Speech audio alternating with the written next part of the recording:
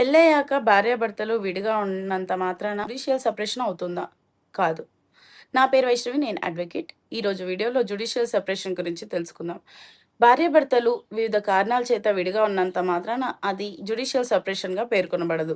Judicial సెపరేషన్‌కి గల కారణాలు పేర్కొంటూ పిటిషన్ ఫైల్ చేయాల్సి ఉంటుంది. The Hindu marriage act 1955 section 10 ప్రకారం జ్యుడిషియల్ సెపరేషన్ గురించి ప్రొవిజన్స్ ఉంటాయి.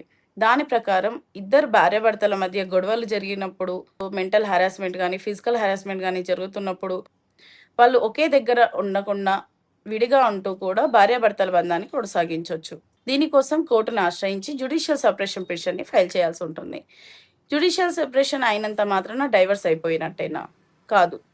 డైవర్స్ అనేది లీగల్‌గా భార్యాభర్తల బంధాన్ని, పెళ్లిని రద్దు చేస్తున్నట్టు. జ్యుడిషియల్ సెపరేషన్‌లో భార్యాభర్తల బంధము కొనసాగుతుంది.